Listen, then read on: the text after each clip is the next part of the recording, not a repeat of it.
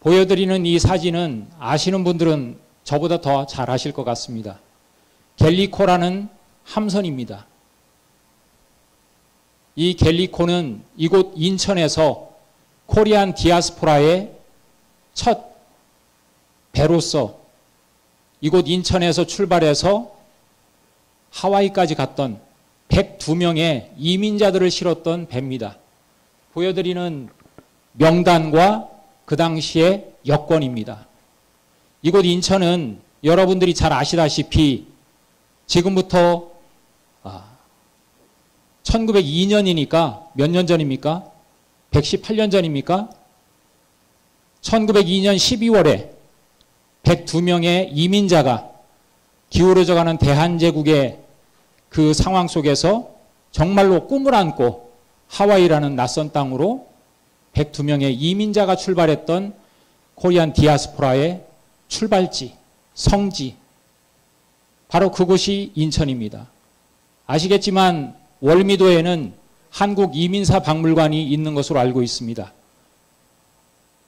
그곳에 가면 이 자료 사진들이 전반적으로 다 전시가 되어 있을 텐데 지금은 바로 102명의 이민자들이 첫 발을 내디딘 이후에 2년 동안 7,500명이 하와이로 이민을 가서 사탕수수 농장에서 그리고 멕시코 에네깽 농장에서 그리고 쿠바로 정말로 많은 분들이 그 어려운 환경 속에서 삶을 개척해 나간 분들이 바로 우리 한민족의 선조들이었다.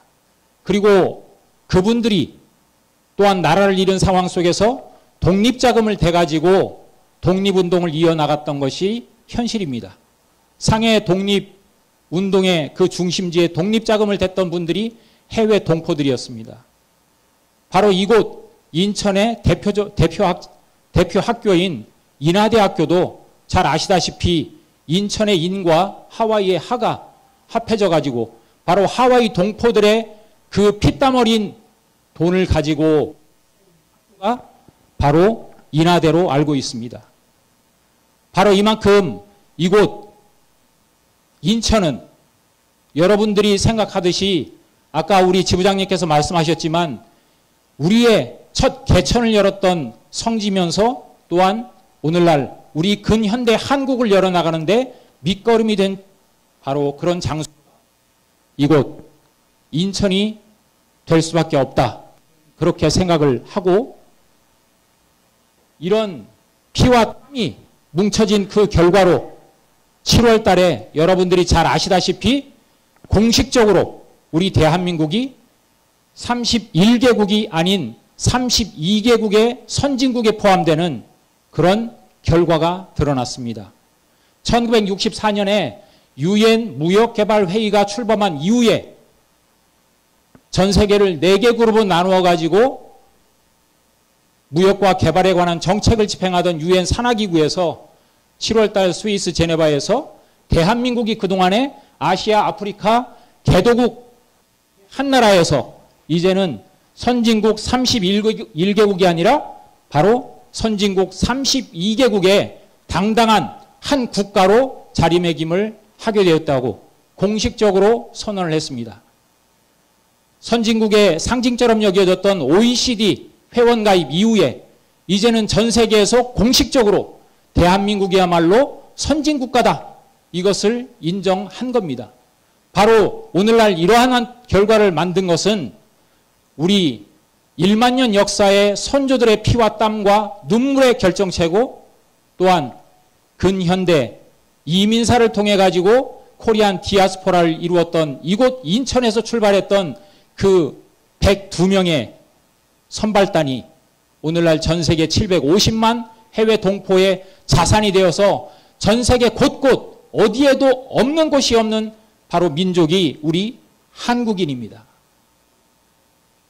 그만큼 우리 피 속에는 역사를 개척하고 경계를 넘나드는 그러한 상징처럼 여겨지고 있다. 윤여정 배우가 아카데미 조연상을 타고 여러분들이 잘 아시는 BTS가 저 버터라는 노래를 가지고 지금은 몇 주인지 제가 기억을 못하겠습니다. 이 자료를 만든 게 6주 연속이었었는데 지금은 아마 한 10주 정도는 된 것 같습니다. 봉준호 감독이 칸 국제영화제에서 한국어로 개회사를 선언하는, 이게 대한민국의 국제적 위상 중에 하나입니다. 그런데 대한사랑과 더불어서 민족 진영의 빅텐트를 구성하던 한 분이었던 카이스트의 이민하 교수께서 안타깝게도 몇 년 전 과로사로 돌아가셨지만 이분께서 이런 얘기를 하셨어요. 한강의 기적은 빠른 추격자 전략에서는 필요했지만 이제는 우리는 퍼스트 무버가 돼야 되는 위치에 있다. 바로 이것이 방금 전에 보여드렸던 말씀 그대로 선진국에 진입한 이 대한민국이 이제는 어떤 모델을 보고 쫓아가는 것이 아니라 우리가 선도국가가 되어야 하는 그러한 위상에 걸맞게 있는 그런 시점에서 가장 우리에게 필요한 건 뭐냐? 바로 국가의 정체성이다. 국가의 정체성이라는 게 뭐겠습니까? 바로 우리 국민들이 스스로 나는 누구다, 우리는 누구다. 그런 자신의 역사적 정체성을 인식하는 부분이 바로 가장 중요한 시기가 되었다는 얘기가 될 겁니다. 마이크 제대로 들리나요? 볼륨을, 예. 좀 전에 우리 그 지부장님께서 말씀을 하셨지만 인천은 강화도를 포함하고 있는 것으로 알고 있습니다. 강화도는 우리 이사장님께서도 말씀하셨지만 환단고기가 태어나는 그런 잉태지라고 해도 과언이 아닙니다. 그곳에서 고려말 공민왕 시절에 지금으로 치면 국무총리를 역임하신 행촌 이암 선생께서 단군세기를 저술하신 곳인데 그 단군세기에 보면 이런 구절이 있습니다. 단군세기 서문의 첫 구절입니다. 위국 지도가 막선어 사기하고 막급어 사학은 하야오. 나라를 다스리는 길에 있어서 가장 먼저 우리가 신경을 써야 되는 것들은 사기, 백성들의 기운을 북돋는 건데 그 백성들의 기운을 북돋는 것에 것과 더불어서 급한 것이 뭐냐면 바로 역사를 바로 정립하는 것이다. 사학이 불명하면 사기가 부진하고 사기가 부진하면 국본, 나라의 근본이 흔들리고 정치와 법이 갈라진다. 결국은 나라는 형체와 같고 역사는 혼과 같으니 형체가 그 혼을 잃고 어떻게 존재할 수 있겠냐.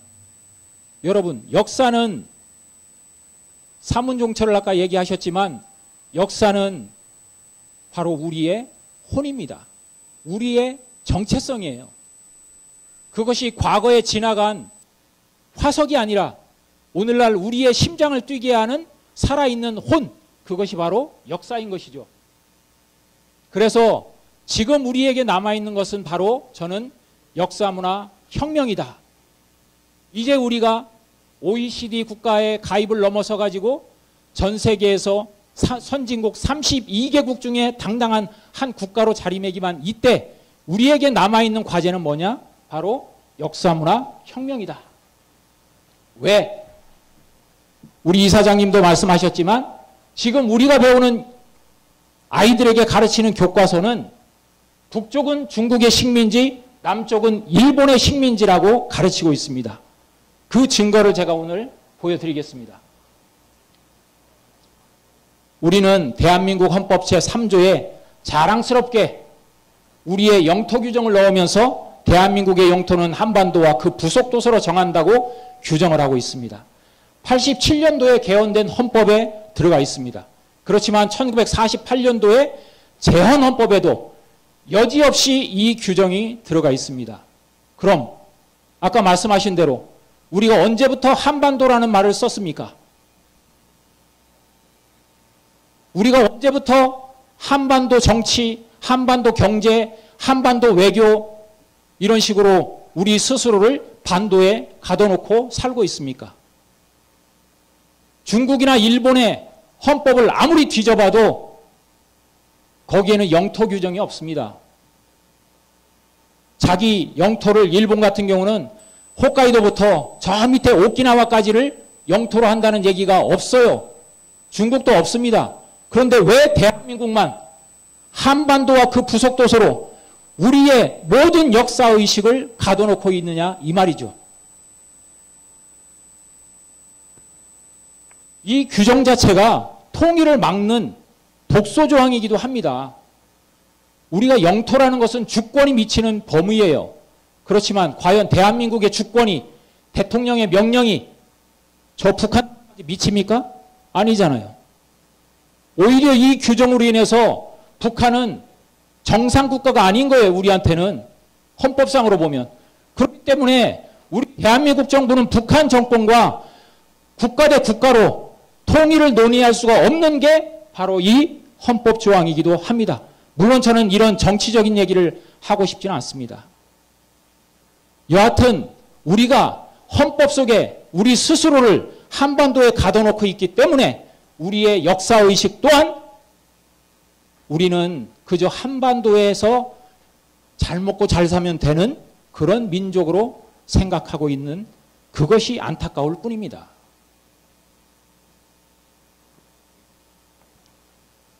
이 지도는 얼마 전에 문재인 대통령이 G7 초청을 받고 갔을 때 스페인에서 공개된 지도입니다. 물론 저는 그 전에 확인을 했어요. 1737년에 프랑스 지질학자 당빌이 청나라 건륭제, 강희제의 요청을 받아서 그 당시 청나라 지도를 그리면서 그린 조선국 지도입니다. 이 지도가 공개되면서 이 부분 울릉도 독도에 관심이 쏠렸지만 사실은 제가 말씀드리고 싶은 것은 바로 저 두만강과 압록강 부근의 경계선을 한번 봐주십시오. 과연 1737년 조선에도, 조선 중기에도 압록강과 두만강을 경계로 해가지고 조선이 경계를, 국경을 삼았던 적이 없다는 것을 저 지도를 통해서 우리는 확인할 수가 있습니다. 환단고기를 감수하신 해학 이기 선생께서 1903년에 장지현 선생께서 아방강역고, 정약용의 아방강역고, 우리나라의 강역을 집필한 아방강역고를 대한강역고라고 번역한 것을 기념해가지고 편지를 쓴 글입니다. 광무 7년 1903년에 간도의 개간을 제의했다. 그리고 호적조사를 하고 쭉 했는데 과연 1903년 대한제국의 국권이 희미해져가는 그때 어떻게 간도지방을 우리의 영토로 인식하고 호적을 조사하고 개간을 하겠습니까? 이미 1903년에도 압록강, 두만강을 건너서 간도지역까지도 우리의 역사, 영토로 인식을 했기 때문에 이런 얘기가 나올 수 있는 거죠. 보십시오. 간도뿐만 아니라 서쪽으로는 봉황성으로부터 북쪽으로 길림성에 이르기까지 모두가 우리의 소유였다. 이런 기록이 엄연히 남아있고 지금 우리가 애국가에서 삼천리 강토를 외치지만 단 한 번도 대한제국, 우리가 일제에 강점되기 전까지는 단 한 번도 삼천리를 우리의 영토로 인식했던 적이 없습니다.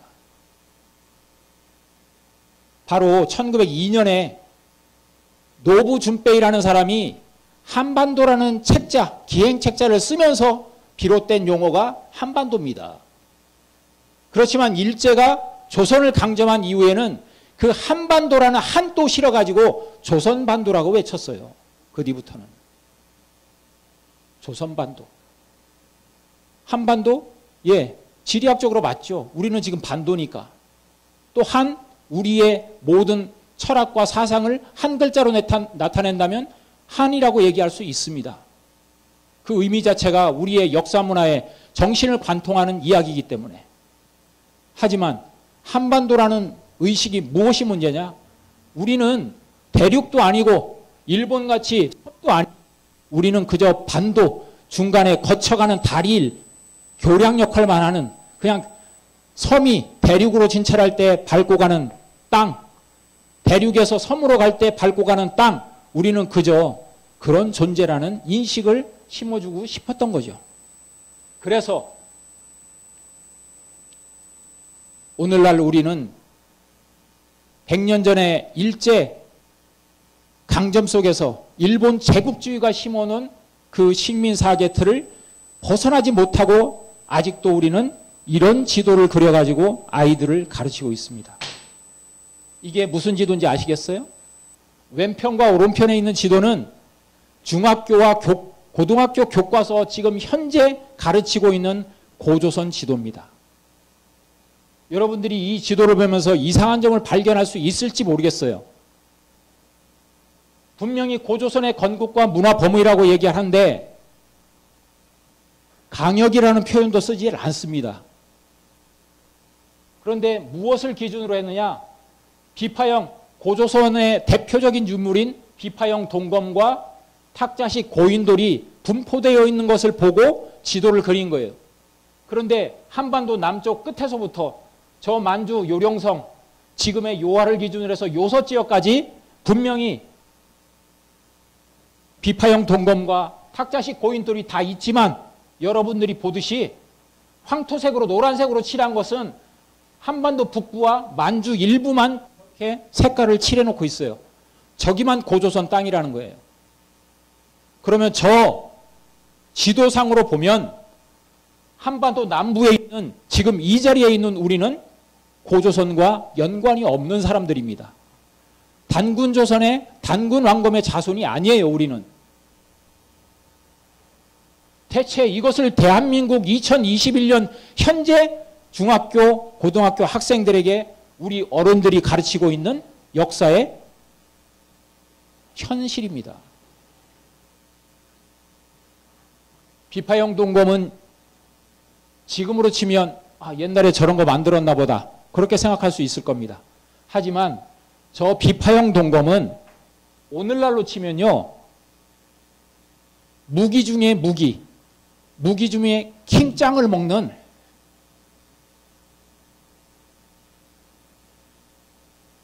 갑자기 제가 단어가 생각이 안 나네. 상대가 없어요. 예? 비대칭 전략이에요. 비대칭 전략. 예? 아무리 무기를 많이 갖고 있고 군대를 많이 보유하고 있어도 핵무기 하나 가지고 있으면 북한을 무시하지 못하는 이유가 뭡니까? 그것 때문에 그런 거 아니에요? 그럼 그 당시에 비파형 동검이 뭐냐면요, 그 당시에 비대칭 전략이에요. 예? 그리고 중국의 동검하고 차이점이 뭐냐면 이 손잡이가 분리돼요. 그럼 저건 뭘 뜻하겠습니까? 저 손잡이를 저런 걸 끼우면 단검이 되지만 저기를 긴 나무를 끼워서 쓰면 저건 창이 됩니다. 그럼 거리 간의 싸움이 달라지는 거예요. 이런 강화도 부근리에 있는 이런 고인돌, 이런 것들을 하나 세우기 위해서는 이게 단순히 기술력만 있어서 되는 게 아니고 많은 인원을 동원할 수 있고 기술력을 가지고 있고 그런 정도를 동원할 수 있으려면 당연히 국가라는 강력한 조직이 있지 않으면 불가능하다. 그런데 지금 우리는 역사학계에서 1945년 해방 이후에 우리나라 역사학계를 이끌어왔던 이병도 선생으로부터 맥을 쭉 이어서 오늘날의 송호정 서울대 교수와 오광원 교수까지 이분들이 고조선에 대해서 발표한 논문을 쭉 분석해보면 모든 고조선의 중심지는 대동강 평양으로 되어 있습니다. 그렇지만 이 자리에는 인하대학교 고조선연구소, 거기서 공부하신 분들도 계시는데 인하대학교 고조선연구소, 우리나라 유일하게 고조선을 연구하는 연구소가 있는 대학이 인하대입니다. 그게 이 인천의 자랑이에요, 사실은. 그런데 거기서 연구한 결과로는 보면 한 번도 우리는 북한 평양을 우리 역사에서 수도로 여겼던 적이 없습니다. 고조선은 말할 것도 없어요. 바로 우리 스스로가 아직도 북한 평양을 우리 고대사의 중심지로 여기고 있기 때문에 우리들 스스로가 한반도라는 반도사관에 익숙해져 있는 겁니다. 시기를 보세요. 우리는 반만년이라고 흔히 얘기를 하죠. BC 2333년. 하지만 보면 BC 10세기 전후를 대부분 다 얘기를 해요. 그러면 뭡니까? BC 2333년에 단군왕검은 신화적인 인물, 허구적인 인물이라는 거예요. 왜? 고조선은 실질적으로 BC 10세기 전후에 세워졌으니까. 말은 반만년이라고 얘기하면서 실질적으로는 3,000년을 가르치고 있는 거예요. 그것도 끌어올려가지고. 윤내영 교수라든지 최근에 상명여대 박선희 교수 같은 분들이 문헌학적인 연구와 복식사를 통해서 연구해 보니까 고조선의 강역이 이렇게 나와요. 한반도 전체와 동북 삼성, 오늘날의 저 나나지역, 동쪽으로는 다 고조선의 영역이다. 이런 최신 연구 결과들이 80년대 이후에 많은 학자들에 의해서 쏟아져 나왔지만 아직도 이런 연구들을 우리는 도외시하고 있다. 그래서 지금 이 출발이 여러분들 잘 아시겠지만 조선 총독부의 사관이었다. 일본이 우리 조선을 강제 점령하면서 유럽이 아프리카를 점령하고 또 중남미를 점령하는 그런 식민지하고 달랐던 건 뭐냐면 우리는 역사와 문화가 유구했던 민족이에요. 그래서 이들도 알고 있었어요. 그냥 통치할 수 없다. 그래서 역사 왜곡을 시작을 한 겁니다.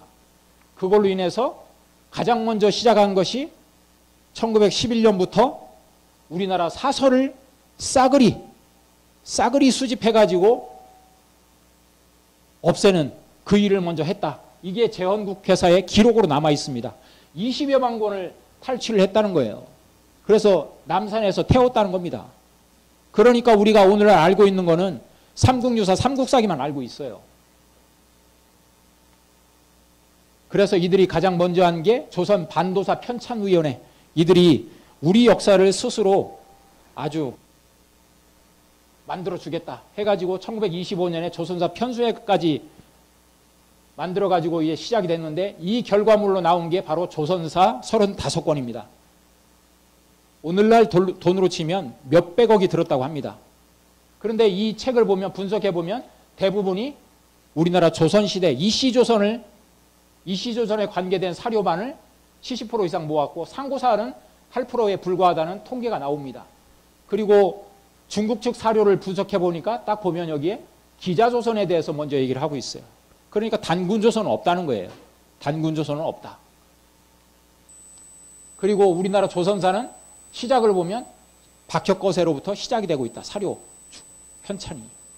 그러니까 이런 것들이 뭐냐면 우리나라의 고대 조선, 단군조선에 대해서 싸그리 무시하는 일들이 벌어졌는데 이 앞장섰던 인물이 누구냐면 이련의 삼국유사나 이런 것들이 몇 가지가 남아있긴 했지만 이 삼국유사 이것도 1894년 구라기치부터 시작해가지고 끊임없이 폄훼를 하고 왜곡을 합니다.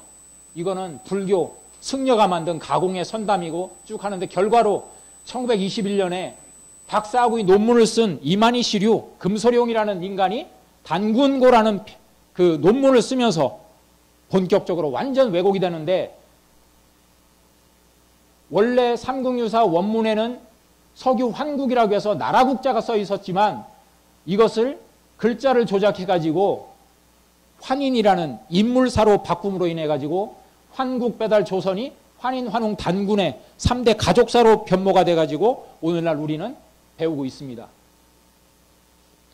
1512년에 나온 정독본에 보면 분명히 저기에 나라국자죠. 그런데 이 인자를 보십시오. 26년에 나온 거. 이런 글자 한자를 조작해가지고 완전히 우리 상고사를 날려버리는 이런. 그런데 1904년에 발행한 거에 보면 나라국자가 써 있어요. 그들이 동경대에서 발행한 걸 보면 이런 앞뒤가 안 맞는 일을 해가면서 결국은 우리 역사를 왜곡하는데 이만희 씨 류의 단군고 그걸 보면 이 이만희 씨 류인데 이 사람이 1921년에 박사학위 논문을 쓴 것이 뭐냐면 조선 고사의 연구입니다. 거기에 첫 번째가 바로 단군고예요. 기자, 조선 전설고, 그 다음에 열수고 뭐 이렇게 쭉 나가는데 처음이 단군고예요. 그 내용을 한번 분석한 걸 보면 핵심이 이거예요. 단군 신화는 한민족의 신화가 아니다. 단군 신화는 또 한반도 전체의 신화가 아니다. 남쪽 한민족의 신화는 일본 신화와 공통성이 있다. 또 단군이라는 용어는 고려시대에 붙여진 것이다. 그래서 결국 삼국유사에 실리고 세종실록에 실린 그때 실리면서 개국 시조로 자리 잡았지 단군 조선은 본래 한민족의 신화가 아니라는 게 이 논문의 핵심입니다. 결국은 100년 전에 이마니시류라는 일제 관변학자가 만든 그 논리가 아까 보여드린 우리나라 국사 교과서 지도에 실려 있는 그 부분하고 여러분들 잘 매치를 시켜보십시오. 똑같지 않습니까? 한반도 북부와 남부는 다르다.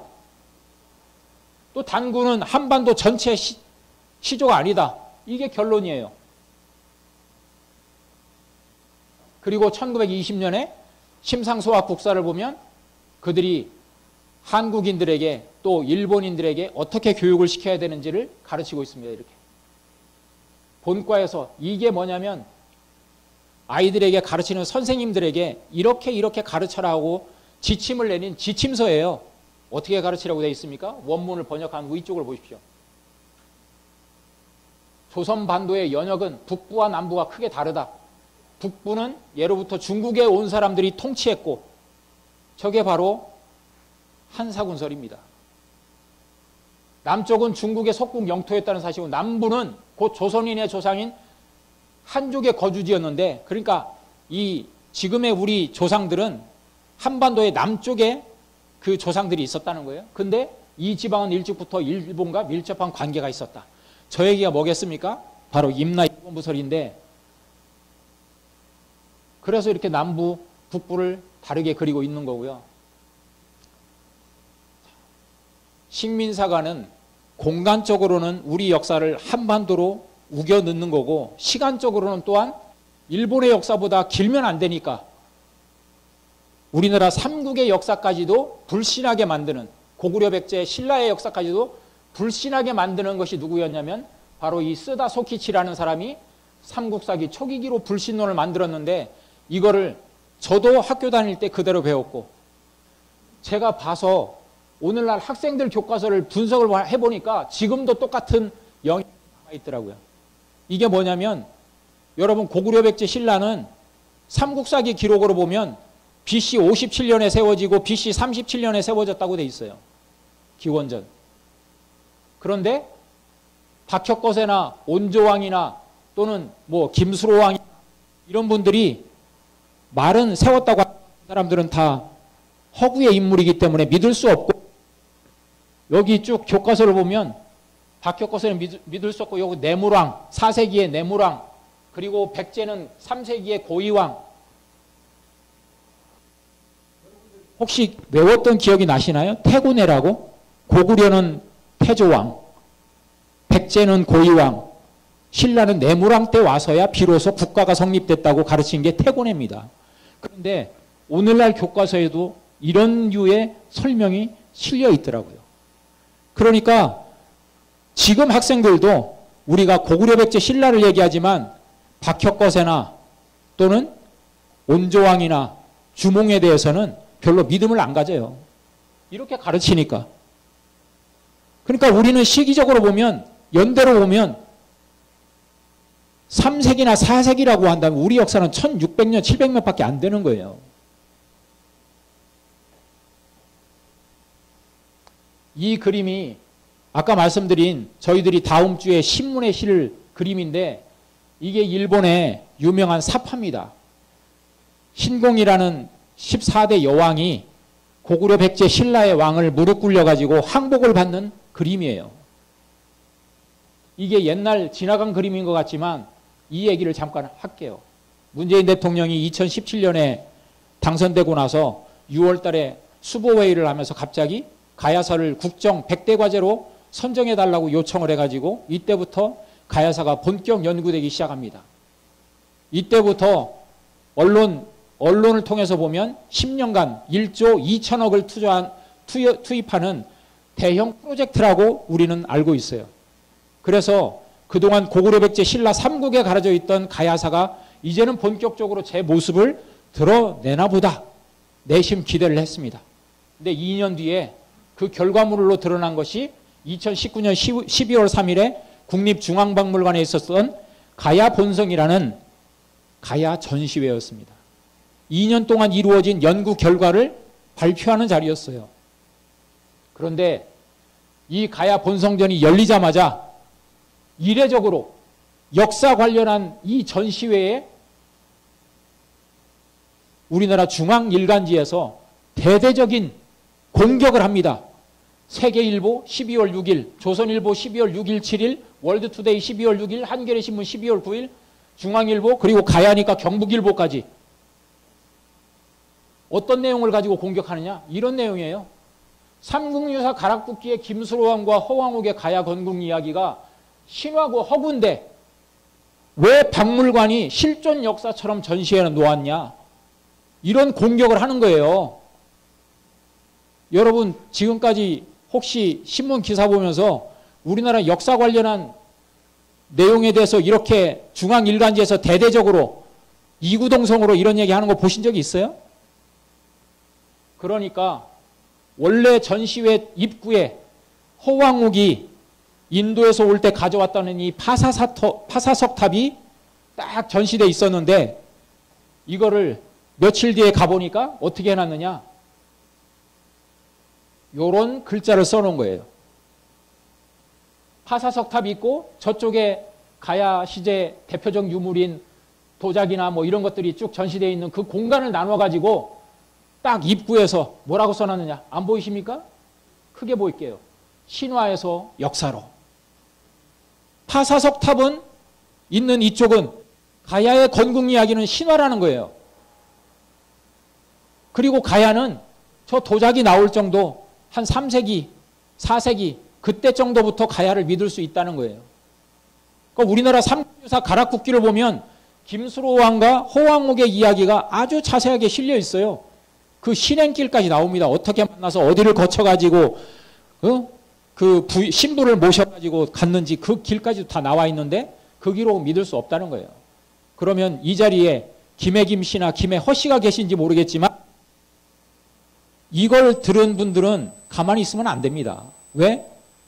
김해김 씨의 시조인 김수로 왕과 김해허 씨의 시조인 허황우가 실제 인물이 아니라는 거니까 당신들 족보는 새겨야 된다는 얘기예요.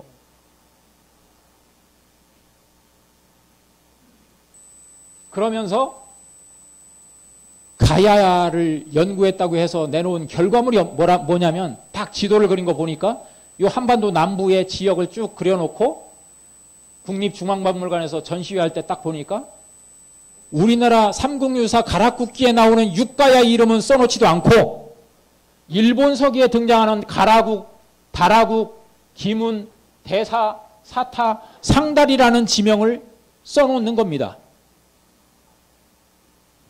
대체 이게 무슨 일일까요? 그래서 국민들이 들고 일어났어요.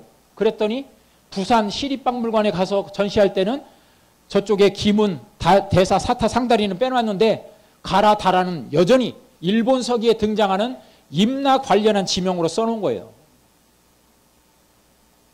그런데 이것이 지금 다시 확인해 보니까 VR 전시회, 가상 체험하는 전시회에서는 그대로 다 써놨어요.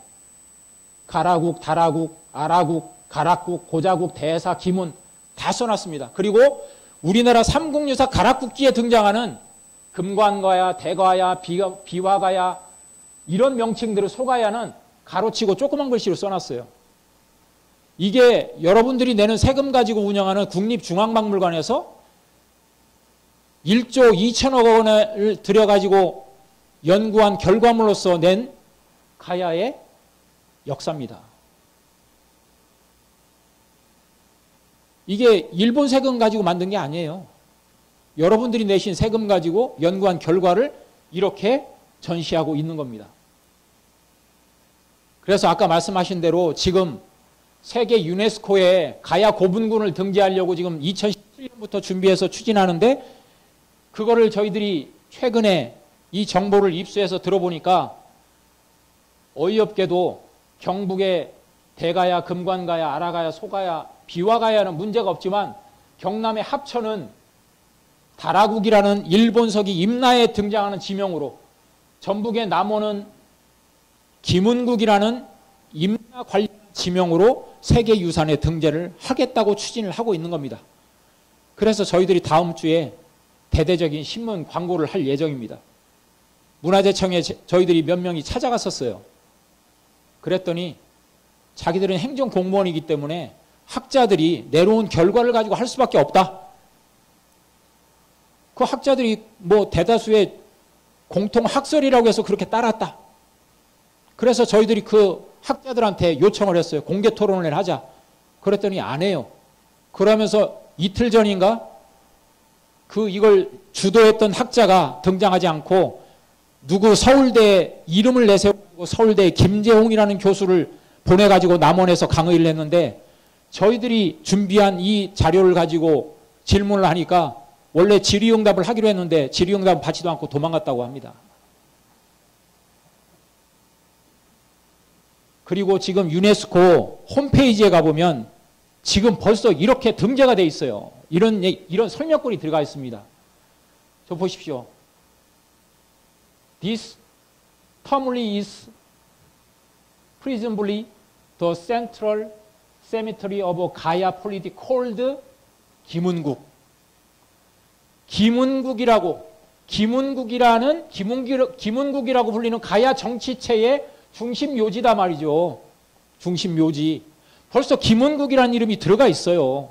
그것은 이 고분군은 니온쇼기에 나오는 김은국으로 불리는 가야 정치의 중심 묘지로 추정된다. 그리고 밑에 보십시오. 더 김은국 컬처럴 에어리어 빌트 더 남원 유곡리, 두랑리 그리고 월산리 터물리 예? 고분군. 김은국의 중심 지역이 남원 유곡리, 두랑리 그리고 월산이라는 거예요. 월산이 고분군이라는 거예요. 이미 김은국이라고 이렇게 일본석에 등장하는 이름으로 유네스코 홈페이지에 벌써 이렇게 설명글이 들어가 있습니다. 그러면 저게 앞으로 어떤 결과를 낳을까요? 남원이 김은국이면 일본서기에 등장하는 임나 일본부는 어디에 있었겠습니까? 한반도 남부에 있었다는 걸 우리가 인정하는 게 되는 겁니다.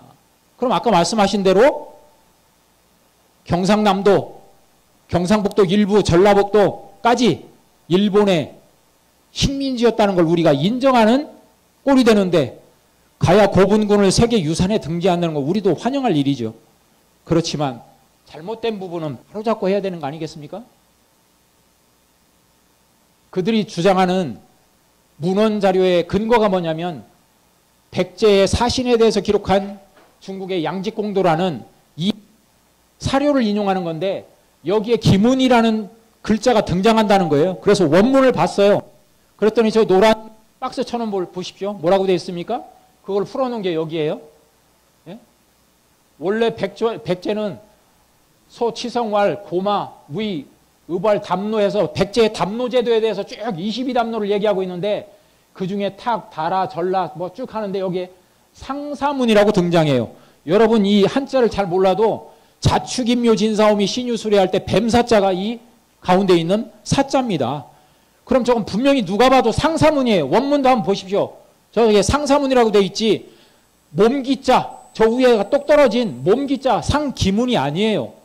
근데 저게 기자라는 거예요. 그러면서 우리나라 한국사 데이터베이스에 보면 우리나라 사람들이 옮겨놓은 거예요. 뭐라고 옮겨놨습니까? 원문에는 상사문인데 여기 한국사 데이터베이스에는 몸기자로 바꿔놨어요. 이게 우리나라 지금 학계에서 하는 일입니다. 원문에 사자인데 여기는 기자로 바꿔놨어요. 그러고 저게 기자에 있으니까 기문이 맞지 않냐. 이거는 역사문서 날조입니다. 예? 아까 일제 조선사 총독부에서 삼국유사에 등장하는 환인이라고 고친 날조하고 똑같은 거예요. 그거는 조선 총독부 시절에 하던 일이 있지만 이거는 엄연히 이 대명천지 대한민국 정부가 선진국에 진입한 이 시기에 벌어지고 있는 일입니다. 네? 한평생 국어학자로서 우리나라 지명 연구하던 이 부산대 명예교수 이병선 교수께서 연구를 해보니까 결국은 뭐냐면 임나라는 게 한반도 남부 가야 지역이 아니라 대마도더라 하는 게 이분의 연구 결과입니다. 그런데 이분이 그 연구 결과를 내놓으니까 원래 한반도 남부에 임나가 있었다고 주장했던 이노우에라는 일본의 학자가 편지글을 보내왔어요. 뭐라고? 임나를 대마도에 비정한 연구에 동감한다. 연구가 얼마나 정확하면 원래 임나가 한반도 남부 가야 지역에 있었다고 주장했던 일본 학자가 이 동감한다는 내용을 보내왔겠습니까? 그런데 이런 연구 결과, 그리고 윤내연 교수, 그리고 최재석 교수, 이런 우리나라 굴지의 그 학자들이 연구의 결과로 임나는 대마도거나 규슈거나 아니면 일본 혼슈의 기내 지역까지도 볼 수 있다는 연구 결과가 나와 있는데 지금 우리나라 학자들은 뭐라고 얘기하시나 아시겠습니까? 그 전에 일본서기에 등장하는 임나 관련해서도 보면 대마도가 임나일 가능성이 아주 높습니다. 이 원문을 해석해 보면. 그런데 우리나라 학자 중에 홍익대 김태식 교수, 우리나라 가야사의 1인자라고 할 수 있는 사람이 뭐라고 얘기했냐? 미완의 문명 700년 가야사라고 하면서 이런 얘기를 합니다. 그런데 여러분, 700년 가야사라는 제목에 함정이 있다는 걸 아셔야 돼요. 가야는요, 서기 42년에 세워졌습니다. 김수로 왕이, 금관가야. 그리고 562년인가 망했어요. 그러니까 500년 가야사입니다. 500년. 그런데 여기서는 700년이라고 쓰고 있어요. 그러면서 이름은 가야사라고 쓰고 있습니다. 저게 뭔 뜻인지 아시겠어요? 저 본문을 보십시오. 임나는 6세기에 한반도 남부 경상남도를 중심으로 한 지역에서 신라나 백제에 복속되어 있지 않은 소국들의 총칭이다. 그러니까 가야가 임나라는 거예요. 그러면서 자기가 그렇게 주장을 해놓고 밑에 요컨대 하면서 대가야를 중심으로 파악되는 5, 6세기의 가야연맹을 외에서는 일본에서는 무슨 이유에선가 임나라는 명칭으로 불렀다. 그러면서 쓱 빼면서 일본한테 공을 넘겨버려요. 일본에서 그렇게 주장하는 것을 보니까 나는 그렇게 타당하다고 생각된다. 이렇게 주장하는 논리를 펴고 있는 거예요. 그럼 결국 뭐냐? 700년 가야사라는 거는 700년 임나사를 얘기하는 겁니다. 왜? 일본서기에 임나라는 지명이 처음 등장해서 사라지는 기간이 700년이거든요. 그럼 결국 뭐냐? 700년 가야사라는 건 뭐냐면 한반도 남부의 가야는 본래 그건 임나가 맞는데 그 임나를 연구해 보면 그게 700년 같다는 얘기예요. 그러니까 우리나라 학자가 임나를 한반도 남부에 비정해 가지고 연구해서 이렇게 자랑스럽게 발표하고 있다. 그리고 지금 이 2019년에 100대 국정과제로 선정돼 가지고 돈이 막 나가니까 그 돈 가지고 할 일 없으니까 이런 학술 심포지엄을 해요. 일본 학자까지 불러가지고. 그러면서 인제대의 대표적인 가야 연구자 이영식 교수가 이런 얘기를 합니다. 총평을 하면서 임나 명칭을 갖고 한일 학자들이 왈가왈부하게 된 것만 해도 큰 진전이다. 과거에는 일본서기 자체를 거짓말 사설이라고 해서 인용하는 것조차 꺼렸는데 이제 가야 지역 고고 발굴 조사가 진행되면서 일본 쪽 임나 자료들도 비판적으로 활용하고 공유하는 길이 열렸다. 오늘 자리는 한일학계의 관심이 새롭게 모여지면 가야사도 알찬 내실을 갖출 수 있음을 나름 보여주는 자리가 아닌가 한다. 2019년 순천에서 있었던 학술 심포지엄에 한일학자들 발표 뒤에 총평을 한 겁니다. 이제는 일본 서기에 등장하는 얘기를 가지고 임나에 대해서 가야에 대한 연구 자료로 써도 괜찮다는 얘기예요. 김태식, 이영식 예전에 한 얘기 보십시오. 원래 북한의 김석형이라는 학자는 임나가 일본 열도에 분국을 설치했던 걸 임나라고 연구한다는 결과를 발표했는데 이 양반은 이런 얘기예요. 거의 모든 사료를 무리하게 일본 열도에서의 사실로 억측함으로써 오히려 한반도 내 가야사를 포기한 결과를 초래했다. 아니 고구려 백제 신라의 분국이 사실은 그 일본 열도에 있었는데 그 연구를 해서 발표했더니 그게 가야사 포기한 결과래요. 이영식도 똑같은 얘기합니다. 분국론은 일본 서기의 임나 일본부에 관련되는 임나를 한반도가 아닌 일본 열도로 비장하였다는 치명적 약점이 된다. 이게 말입니까? 뭡니까 이게? 이런 거를 지금 우리나라 대표적인 가야 연구학자들이 이런 얘기를 하고 있어요. 그런데 쓰다 소키치라는 사람이 아까 얘기했던 우리 삼국사기 초기 기록 불신론을 만든 사람이 임나 일본부 설에 대해서는 이런 얘기를 했어요. 신공왕후의 신라 침공설은 대단히 광신적이다. 믿을 수 없다는 얘기예요, 한마디로. 그래서 이 논문 발표해가지고 파직됐었어요. 예? 와세대 대학 교수직에서. 아니, 일본 학자도, 대표적인 식민사학자도 임나 일본부 설은 믿을 수가 없다고 얘기하는데, 지금 우리나라 학자들, 지금 21세기, 예? 이 시기의 학자들이, 우리나라 학자들이 그거를 앞장서서 변론을 하고 있다. 그런데 일본 지금 현행 교과서, 중고등학교 교과서를 보면 우리 일본 지부의 이보순 회원을 통해서 확보를 해서 분석을 해봤어요. 보면 임나 일본부에 대해서 그대로 가르칩니다. 일본 서기에는 임나, 조선 측의 호칭에서는 가라. 그러니까 가야가 임나라는 거예요. 그래서 백제와 함께 일본 열도에서 깊은 교류가 있었다. 자, 보세요. 광개토대왕비의 비문을 해석하면서 왜 일본이 391년에 반하를 건너서 백제를 공격했다. 백제는 야마토 도정에 도움을 요청해가지고 외의 군세가 바다를 건너서 백제 신라를 신민으로 삼았다. 지금 일본 중고등학교 학생들한테 가르치고 있습니다. 지도를 보세요. 한반도 남부 임나라고 하고 가라라고 가로를 쳐놨죠. 지도에. 그러니까 지금 우리가 생각하는 가야 지역이 임나라는 거예요. 세계사 교과서에 보면 저 로마 제국 얘기하면서 이쪽 왜 고분 시대 얘기하면서 우리나라 한반도 지도를 보십시오. 한반도 지도. 위초고의 조조의 위나라가 한반도 대반을 차지하고 있어요. 지도가. 아까 우리 이사장님 말씀하신 대로 중국과 일본이 서로 품앗이를 해주고 있어요. 이렇게. 임나, 가라. 분명히 이렇게 적고 있죠. 2010년에 한일역사공동위원회에서 임나 일본부는 폐기했다고 공동선언을 했지만 지금 2021년에 일본의 중고등학교 교과서에는 중학교 8종, 고등학교 8종 다 모든 것이 다 임나 일본부를 정설로 가르치고 있습니다. 이렇게 가르치고 있는데 우리나라 학계에서 대표적인 가야사 연구학자들이 오히려 여기에 동조해주는 그런 연구들을 하고 있다. 다 똑같습니다. 이런 얘기들이. 고등학교 교과서 똑같아요. 가라에 대해서 주석을 이렇게 달았죠. 일본 서기에는 임나라고 되어 있다.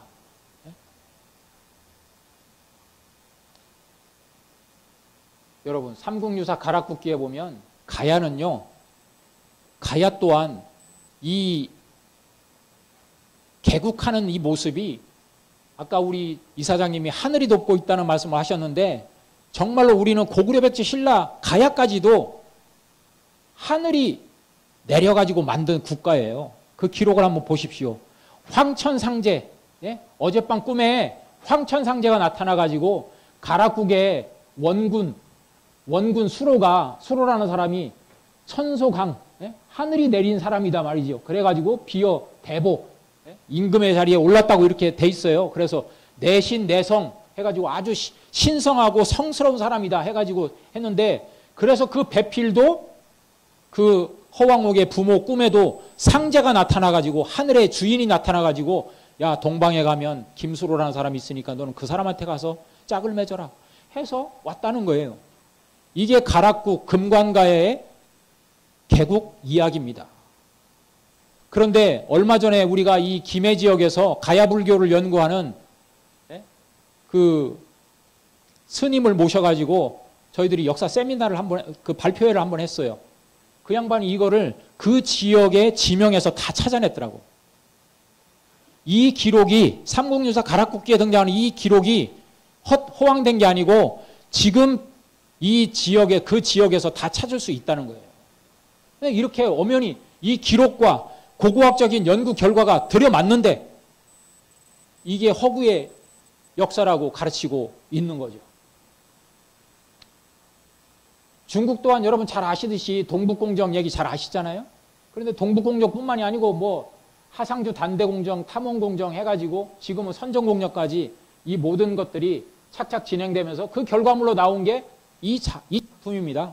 아까 조선총독부에서 조선사 35권을 편찬하듯이 일본은 동북공정을 통해서 그 결과물로 만든 것이 우리가 우리의 역사라고 알고 있던 부여, 고구려, 백제, 발해, 거란의 역사에 관련된 편년 총서를 이렇게 만들어주고 있는 겁니다.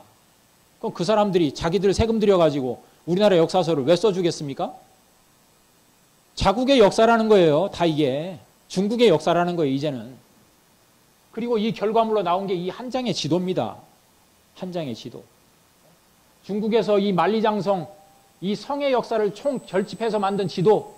자, 보십시오. 연나라, 진나라 시대, 중국 고대, 춘추전국 전국시대의 연나라와 그 뒤에 통일제국 진나라의 그 만리장성이 한반도 평양까지 들어와 있다고 이렇게 지도를 그려놓고 있습니다.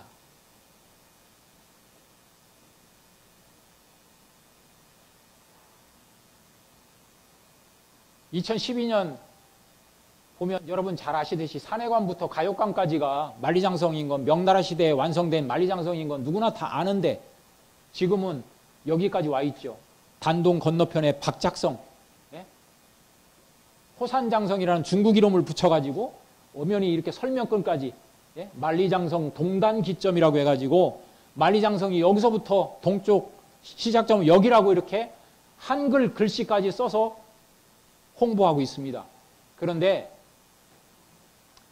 박작성, 고기에서 발굴된 호산장성이라는 박작성이 발굴될 당시에 그 기록을 보면 여기에서 지난 시기에 호산장성터라고 이렇게 이름을 붙이면서 하는데 여기에서 우물이 발견되거든요. 그런데 중국성에는 우물이 없어요.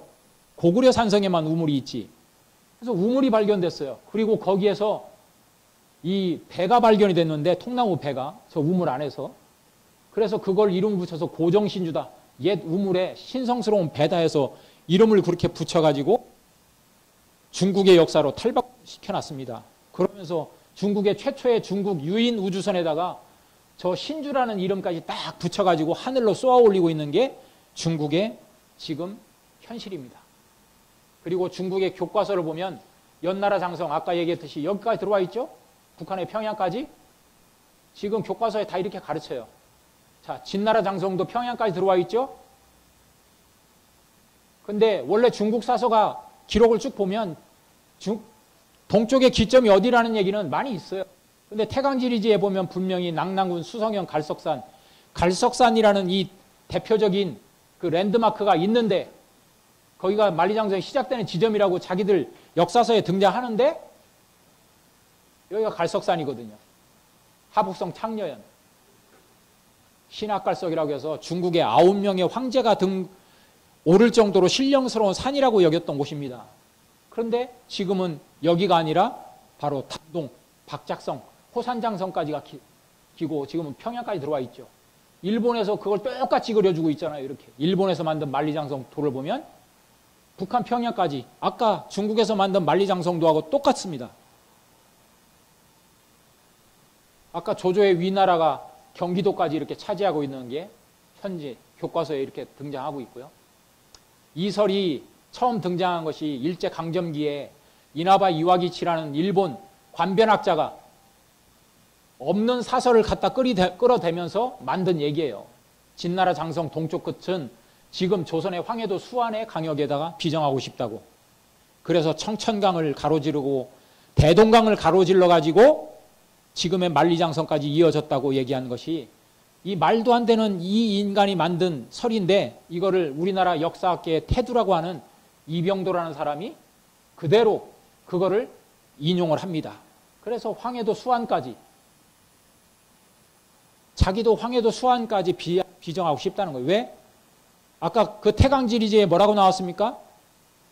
수성현 갈석산이라고 나오잖아요. 수성현. 그 수성현이라는 두 글자가 황해도 수안이라는 두 글자와 비슷하다는 거예요.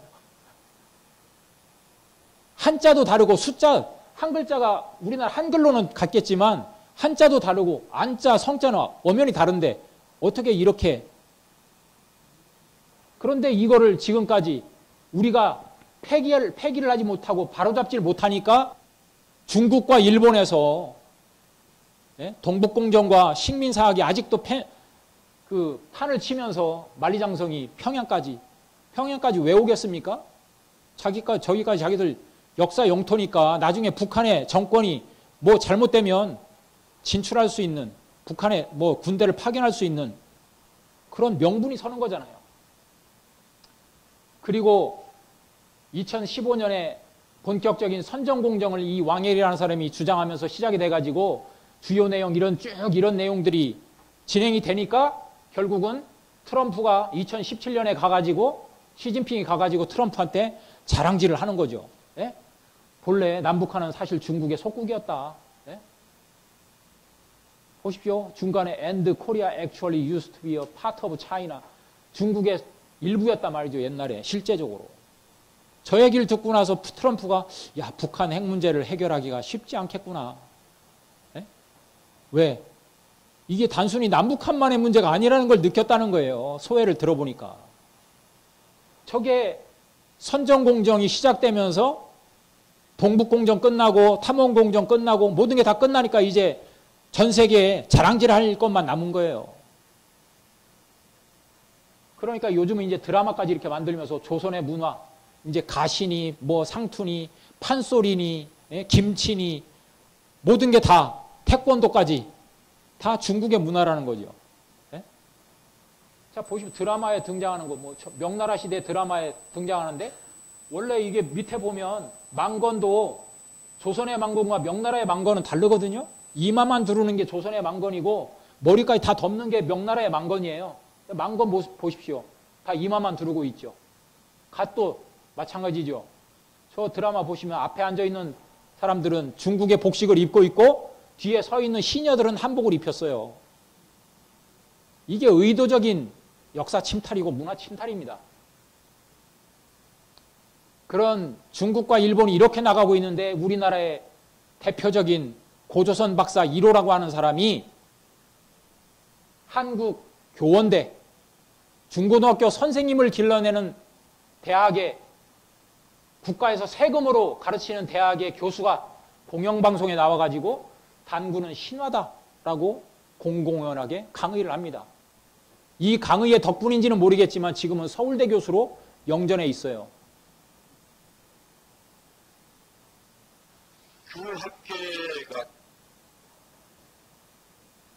이 사람은 초등학교 선생님을 길러내는 서울교육대의 임기환이라는 교수인데 이 양반이 청문회에 불려 나온 이유가 뭐냐면 동북아 역사지도집을 동북아 역사재단에서 47억 원의 세금을 들여서 만드는 과정에서 이 양반이 무슨 얘기를 하냐면 고조선이 좀 특별하게 보이는 걸 약화시킬 필요가 있다.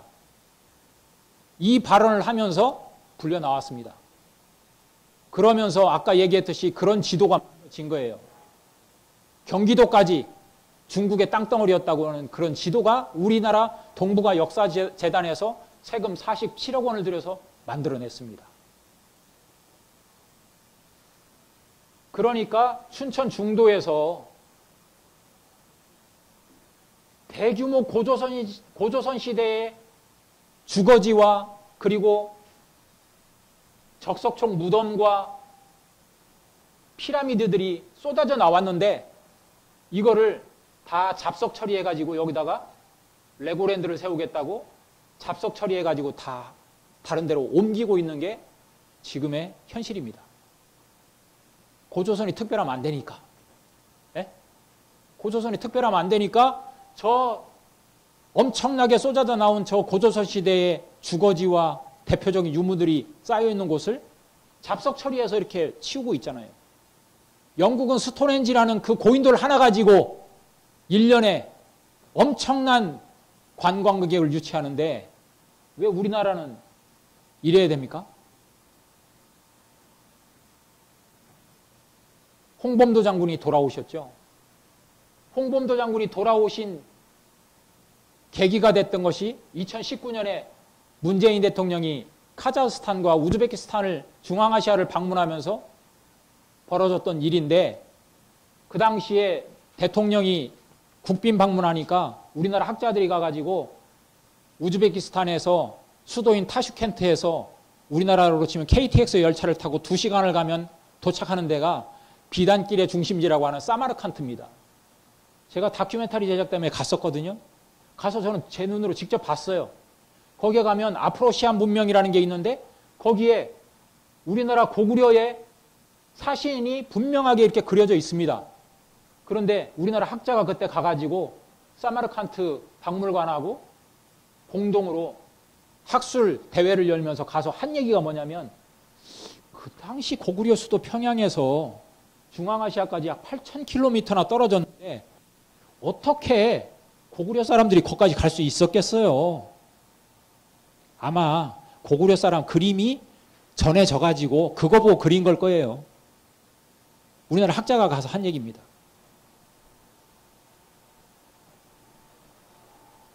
아니 엄연히 이런 증거가 있는데 유물이 있는데 예?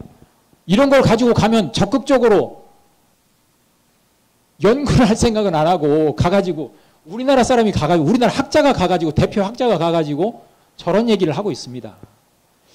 야 옛날에 무슨 그때 그렇게 먼 길을 왔겠어. 고려시대의 국경, 조선시대의 국경에 대해서도 인하대 고조선연구소에서 문헌자료와 고고자료를 연구한 결과 지금 저 북쪽의 공엄진으로부터 철령으로 거치는 저 발해만으로 빠지는 저 선이 천리장성이었다 하는 게 연구 결과입니다. 그런데 이 연구 결과를 발표를 못하게 만들고 있어요. 연구비를 쥐고 앉아가지고.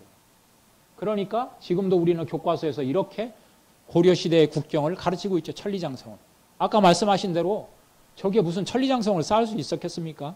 동고서저의 그런 산악지역에 저기다가 천리장성을 쌓아서 뭐 하겠어요? 흔적도 없는데. 그래서 신채호 선생님께서 말씀하신 그대로 내가 보건대 조선사는 내란이나 외구의 방화가 아니라 조선사를 저작하던 그 사람들의 손에서 더 많이 없어지고 파괴되어 버린 것 같다. 저는 이게 100년 전에 하신 이 말씀이 어쩜 지금도 그대로 유효할까? 삼국유사 원문만 우리가 제대로 봐도 우리의 역사의 맥을 잡을 수가 있습니다. 원문이 처음에 이렇게 돼 있어요. 위서의 내왕 2000년 전에 위서, 위나라. 저 위나라는 전국시대의 위나라로 추정이 됩니다. 그러니까 그때로부터 2000년 전이니까 2333년 전이 맞아요. 그때 단군왕검이 계셨다고 돼 있거든요. 유단군왕검이라고. 있을 유자는 조금 빼도 박도 못하는 글자예요. 천자문만 알아도 다 아는 글자잖아요. 단군왕검이 계셨다고 저렇게 엄연히 역사서에 기록이 돼 있는데 왜 저걸 가지고 우리는 뭐 있느니 마느니 허구의 인물이니 가공의 인물이니 이런 얘기를 할까요? 아사달이라는 도읍지 이름도 나옵니다. 나라 이름도 개국해서 호조선이라고 나옵니다. 고조선이 아니에요. 조선이지. 어떻게 나라 이름에 옛날 고자를 붙이겠습니까? 현대 조선하고 구분짓기 위해서 후대에 그냥 고자를 붙인 거죠. 조선입니다. 예? 그리고 여고동시 때까지 나오잖아요. 그러면 육하원칙이 다 나와요. 언제 어디서 누가 뭘 했냐고 다 나오잖아요. 이렇게 사료에 엄연히 기록이 돼 있는데 이걸 왜? 그리고 곡이라는 그 당시 서적을 인용해서 또 더 그 과정을 자세하게 기록하죠. 옛적에 석유, 환국이 있었다. 아, 단군조선 이전에 환국이라는 나라가 있었다는 기록까지도 있어요. 그러면서 서자 환웅이 사의 천화하여 탐구인세 부지자이 하시니까 쭉 해서 가히 홍익인간이라. 야, 정말로 홍익인간 할 만한 곳이구나 해서 저 홍익인간이라는 건국이념을 가지고 천부인 세계를 가지고 내수 천부인 세계를 가지고 견왕이지해 가지고 웅이 솔도 3,000무리를 이끌고 와가지고 강호, 태백산정, 신단수 아래 내려와서 위지, 신시, 시우이, 환웅천왕. 여러분 보십시오. 단군왕검 이전에 신시라는 도읍국가까지도 세웠다는 기록을 삼국유사에서 우리가 확인할 수 있습니다. 환국으로부터 신시로 이어지는 이 맥을 우리가 확인할 수가 있어요. 삼국유사 하나만 가지고도. 그걸 우리 사서에 우리 선조가 기록한 내용을 가지고 우리 학자들이 그걸 바탕으로 해서 연구를 해야 되잖아요. 풍백, 우사, 운사, 주곡, 주명, 주병, 주영, 주선학. 이걸요, 경주대의 이강식 경영학과 교수는 이미 1980년대에 조직 경영사로 그 논문을 쓴 게 있어요. 이미 저 기록을 놓고 보면 저 당시에 오늘날의 입법부, 사법부, 행정부에 해당하는 삼정성 제도가 있었고 풍배구사, 운사, 그리고 주곡, 주명, 주병, 주형, 주선학이라는 5가 조직이 있었다. 이건 장관 조직이죠. 부처 조직이죠. 그리고 인간 360여사를 했다는 기록이 있잖아요. 이미 환웅천왕이 신실을 건설하는 그 과정이 저런 삼천무리의 조직과 삼정승 저런 부처 조직을 가지고 있었다는, 조직을 가지고 있었다는 연구 결과까지도 있는데 우리는 저거는 누구도 모르잖아요. 이제 학교에서 가르치지도 않잖아요. 단군왕검도 무슨 뭐 신환이 뭐니 하는데 환웅천왕의 신시 조직에 대해서 누가 가르칩니까? 안 가르치잖아요. 제가 뒤에서 잠깐 말씀을 드릴게요. 그래서 이룽이로 동열 이거 가지고 뭐 불견 일관백일에서 변득이능하고 371 여기에요. 우리 사상과 철학의 문화 코드가 여기에 다 들어가 있습니다. 이거를 문화 코드와 사상 코드로 이해하지 못하고 이거를 그냥 역사적인 사실이냐 아니냐 이렇게 해석을 하기 때문에 신화로 얘기하는 거예요. 이룽이로가 진짜 뭐 한 마리 곰과 호랑입니까? 그러면 여기 오늘 반려견 키우시는 분 중에서 오늘부터 집에 돌아가셔가지고 21일 동안 마늘과 쑥을 한번 먹여보세요. 21일 뒤에 뭐 어떤 견인으로 바뀌어 있을지 어떻게 아시겠습니까? 네. 한번 해보세요. 그래서 실제 된 게 있으면 한번 저한테 제보를 좀 해주시고요. 여기에 인형이라는 이 사람인자와 형상형자라는 것은 이게 지도자를 기르는 모습이에요. 사실은. 시간이 없어서 이 얘기는 다음에 드리고요. 그래서 우리가 잘못 알고 있는 게 뭐냐면 3조선 하면 단군조선 다음에 기자조선이 있고 기자조선 기준을 쫓아낸 게 위만이니까 그 다음에 위만조선이 있어가지고 단군조선, 기자조선, 위만조선으로 이어지는 게 우리나라의 3조선으로 알고 있지만 이건 잘못된 한국사 체계입니다. 동아시아 최초의 역사사라고 하는 신채호 선생께서 얘기했던 이 서효사 6세 초대 단군으로부터 6번째 단군이 달문 단군인데 그분이 하늘에 천재를 지내면서 제문을 썼던 게 이 서효사입니다. 그동안에 우리나라 역사를 기록한 거예요. 그 기록에 보면 여기에 조광선수시의 환인 출상선에서 환인이 처음으로 도덕을 냈고 또 제신 모든 신들이 환웅을 보내자고 의견을 모아가지고 승조 한의 명을 이어가지고 조칙을 이어서 나라를 열었다는 기록부터 해가지고 왕검이 수대명해가지고 단군왕검이 등장해가지고 나라를 열었는데 저 중간에 보면 진안, 진국중, 치도, 함유신, 모한, 보기자, 번한, 공기람 해가지고 진안과 번한과 모한이라는 게 등장합니다. 그러니까 저게 뭐냐면 이 얘기를 하고 싶은 겁니다. 우리가 역사의 맥을 못 잡는 이유가 단군조선에 대한 이해가 부족해서 그래요. 단군조선은 원래 국가 경영 시스템이 뭐였냐면 사만관경제였어요. 하나의 통으로 관리한 게 아니라 진안과 번안과 만이라는 사만으로 나누어 가지고 나라를 다스리는 제도를 가지고 나라를 통치했습니다. 이거를 밝히신 분이 신채호 선생이에요. 그래서 우리는 일반적으로 학교 다닐 때 한반도 남부의 남사만을 배웠지만 그 남사만 이전에 사실은 대륙사만, 그게 바로 단군조선의 사만입니다. 그래서 이 사만에 한해서 고종 황제께서 저 단군조선의 사만의 한을 이어가지고 우리는 대한의 민족이 되어야 되겠다고 해서 나라 이름을 대한이라고 지었던 겁니다. 남사만의 한을 이었던 게 아니에요. 그래서 이 사만제도가 진안에 단군왕검이 계시고 번안과 마한에 부단군을 두어서 나라를 다스리는 사만관경제로 다스렸는데 이것을 저울대 비유를 해가지고 이 진안과 번안과 마한이 균형을 이루면 나라가 아주 흥룡하고 이게 균형이 깨졌을 때 나라가 힘들어진다는 그 얘기가 아까 서효사에 담겨있던 내용들입니다. 그런데 이 내용을 일제강점기 시절에 독립운동에 앞장섰던 조소왕 선생께서 삼균주의, 정치와 경제와 교육을 균등되게 해야 된다는 그 삼균주의를 가져왔던 게 바로 이 사만관경제의 이 신지비사의 정신을 가져온 거예요. 수미균평의를 얘기한 거. 머리와 꼬리가 균형을 이루었을 때 나라가 번성한다고 얘기를 했던 그 정신을 가져온 건데, 이 셋 중에 하나라도 기울어버리면 물건을 제대로 달 수가 없다는 정신을 얘기를 하고 있는 겁니다. 이렇게. 그래서 이 기자라는 것은 송미자 세계 사기에 뭐 봉기자호 조사에서 뭐 했지만, 이 내용이 거짓인 게 뭐냐면, 환단고기에 보면 기자는 서화에 거했다고 되어 있거든요. 근데 이 서화가 어디냐면, 실제 답사를 가보면 산동성 조연이라는 곳에 기자 묘가 거기에 있어요. 그리고 기자가 책을 읽었다고는 독서되는 하남성 서화에 있습니다. 그러면 기자의 대표적인 유적지가 산동성 변방이나 하남성에 있다는 건 뭔 뜻이겠어요? 사마천 사기의 기록이 안 맞다는 얘기예요.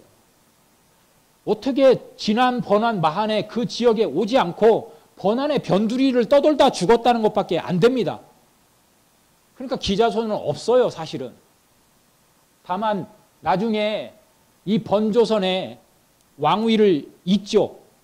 그래서 망하기 전에 뭐 기후부터 시작해서 기준까지 이어지는 왕위를 잇는데, 그 뒤에 기준이 번조선의 왕을 할 때 연나라의 그 노관에 부하였던 위만이 변방에 와서 살려달라.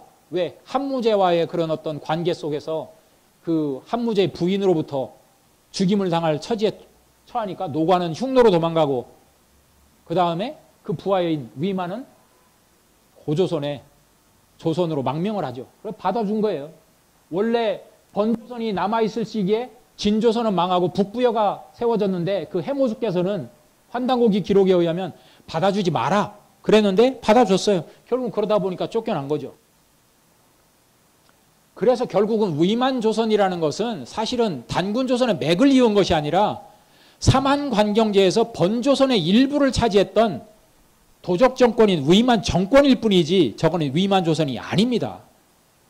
그렇기 때문에 우리가 위만조선이 단군조선을 통째로 이은 것으로 알기 때문에 이 위만 정권을 무너뜨리고 한무제가 설치했다는 한사군이 바로 고조선 북부 지역까지 다 있었다고 알고 있지만, 원래 수양제가 쳐들어올 때 기록을 보면 현도, 낙랑, 임둔, 갈석 등의 길을 가서 평양에 모두 결집하라는 기록이 있어요. 예를 들어서 한반도 평양, 북한의 평양에 한사군이 있었다면 현도, 낙랑, 임둔, 갈석을 지나서 평양에 들어가요? 말이 안 되잖아요. 고구려의 수도로 가기 위해서는 한사군이 현도, 낙랑, 임둔이라는 이 한사군의 지명들이 요서 지역에 있었다는 것을 이 기록을 통해서 우리가 확인할 수 있거든요. 그리고 단군조선은 이 사망조, 이 진조선, 진안을 중심으로 해서는 사망조로 이렇게 이루어져 가지고 연결이 됐는데, 재밌게도 1왕조와 2왕조의 연대를 총 합하면 1908년이에요. 근데 이게 삼국유사 고조선 기록을 보면 이 기록이 똑같이 나오거든요. 단군왕검이 1908세를 영위했다. 그러니까 그게 한 사람의 수명이 아니고 바로 1왕조와 2왕조의 연대를 합친 거다 하는 것을 우리가 알 수 있는 거죠. 그리고 사망조는 나라 이름을 대부여로 바꿨기 때문에 188년이 있었다. 그래서 삼한관경제를 제대로 알고 이 단군조선에서 진안이, 대단군이 계셨던 진안이 어떻게 망하고 번안과 마한이 망하는 그 과정을 이해를 해가지고 그것이 고구려로 이어지는 과정을 알아야 우리나라의 역사의 맥을 알 수 있는데, 여기 보면 광개토대왕 비문에 보면 고구려의 기원이 뭐라고 되어 있습니까? 제일 윗줄에 출자 북부여라고 되어 있어요. 고구려 시조 추모왕은 어디로부터 역사의 맥을 이었냐? 북부여로부터 이었다고 분명하게 광개토대왕 비문에 써 있잖아요. 그럼 고구려의 맥은 어디서부터 찾을 수 있습니까? 북부여입니다. 그리고 제일 밑에 보십시오. 광개토대왕이 환지 17세손 국광상 광개토경 평안 호태왕이라고 되어 있잖아요. 추모왕으로부터 17세손이라는 거예요. 그런데 저 광개토대왕 비문을 삼국사기로는 도저히 해석이 안 되는 거예요. 왜? 삼국사기 기록을 보면 1세 고주몽으로부터 쭉 보니까 광개토대왕이 13세예요. 그러면 삼국사기 고구려 본기의 기록과 광개토대왕 그 아들이 장수왕이 기록한 기록이 다른 거예요. 이걸 해결을 하려고 보니까 이건 환단고기를 통해서 해결이 되더라. 환단고기를 통해서 보니까 해모수가 고주몽이 누구냐면 고주몽의 신원이 북부여를 연 해모수의 현손자예요. 현손자. 둘째 아들 고진의 증손자. 그렇게 되니까 저 해모수와 고진과 그 다음에 아들과 고모수 그 다음에 고주몽으로 이어지니까 4대가 더해지죠. 4세가. 그러니까 광개토대왕 기록이 확인이 되는 거예요. 이 환단고기 고구려국 본기를 보니까 비로소 야 광개토대왕의 기록이 비문의 기록이 맞구나. 삼국사기 기록이 제대로 해석을 못한 게 해석이 되는 거죠. 그럼 이 얘기는 뭐냐면 바로 우리나라의 국통맥이 어떻게 되는 거냐. 저 조선이라는 2096년간 있었던 47분의 단군이 계셨던 저 조선의 역사가 고구려 고주몽의 역사로 어떻게 연결이 되느냐. 북부여가 있었다는 거예요. 해모수의 북부여라는 시대가. 그런데 왜 북부여라는 나라 이름에 동서남북의 방위 이름을 넣었을까? 그거는 아까 그 단군 조선이 사만 관경제로 다스렸는데 대단군이 계셨던 진안이 제일 먼저 문을 닫습니다. BC 238년에. 그런데 그 1년 전에 BC 239년에 마지막 47대 고열가 단군이 계실 때 해모수가 진안의 위쪽에다가 북부여라는 나라 이름을 북쪽의 부여라고 해서 북부여라는 나라 이름을 내걸어 가지고 나라를 세우는 겁니다. 1년 전에. 왜? 아까 얘기했듯이 44세 구물단군 때 나라 이름을 뭘로 바꿨어요? 대부여라고 바꿨어요. 그 부여는 뭐냐면 초대 단군 왕검의 막내 아들 이름이 부여입니다. 둘째 아들 이름이 부루예요. 2대 단군이 부루입니다. 바로 그 막내 아들 부여라는 이름을 써서 나라 이름을 대부여로 바꿨기 때문에 그 1년 전에 나라를 세웠기 때문에 대부여의 북쪽에 나라를 세웠다고 해가지고 북부여라는 나라 이름을 세우고 1년 뒤에 고열가 단군께서 산신이 되셔가지고 뭐 은퇴를 하시고 공화정 시대로 들어가는데 그러면서 BC 232년에 그 공화정 5가의 공화정 시대 속에서 해모수 단군에게 정통을 넘겨줍니다. 그래서 바로 해모수 단군께서 북부여를 여시면서 그 북부여가 단군의 중심이었던 진안의 맥을 잇게 되는 겁니다. 그래서 단군 조선이 북부여로 이어지고 그 북부여가 고주몽의 고구려로 이어지기 때문에 조선과 북부여 고구려로 이어지는 이 역사의 맥을 알 때 우리가 우리 역사의 맥을 비로소 알 수 있는 겁니다. 그리고 아까 삼국유사 고조선기에 봤듯이 조선 이전에 신시 배달이 있었고 석유 황국, 옛적에 환국이 있었다는 그 환국이 있었다는 거예요. 저것을 구체적으로 기록한 게 바로 이 환단곡인데 그 기록들을 우리가 그 고고학적인 유물을 통해서 확인할 수 있는 것이 바로 만주 지역에서 발굴되고 있는 이 홍산문화 유물들입니다. 아까 얘기했던 조선 이전에 신시와 환국 시절에 해당하는 그 시기에 보면 만주 지역에서 이 흑룡화 유적이 발굴되는데 여기에 보면 대단히 계획적인 주거지 이런 형태를 볼 수 있어요. 이게 BC 8000년 전입니다. 지금으로부터 그 10,000년 전 유적이에요. 지금으로부터 10,000년 전에 이런 계획적인 도시를 형성해가 주거지를 형성해서 살았다는 걸 알 수 있습니다. 그 당시에 주거지 내를 보면 아주 특이한 게 있어요. 지금 이게 뭐냐면 구덩이입니다. 집 안에 있는. 여기가 뭐냐면 화로예요. 화로. 불을 피운 겁니다. 그런데 재밌는 게 그 앞에 이상한 돌을 세워놨어요. 저게 뭐냐면 사람을 조각해 세워놓은 거예요. 그러니까 저건 뭐냐면 이미 저 당시 BC 7000년, 8000년 전에도 신을 의인화해가지고 저렇게 자기들의 가정을 지켜주고 불을 지켜주는 신으로서 섬기는 그런 사고방식을 가지고 있었다는 거예요.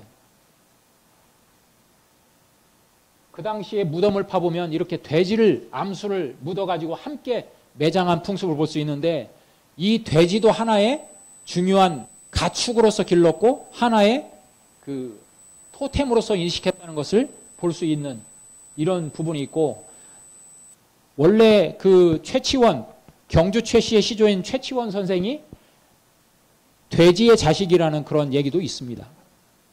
그게 뭐냐면 경주 최씨의 토템이라고 봐야 돼요. 사실은 이 돼지가 예전에는 대단히 중요한 토템 중에 하나였다는 걸 볼 수 있어요. 왜냐하면 여기서 발굴된 엄청난 옥들을 보면 돼지의 모습을 한 옥저룡이라는 뭐 이런 것들이 엄청나게 쏟아져 나옵니다.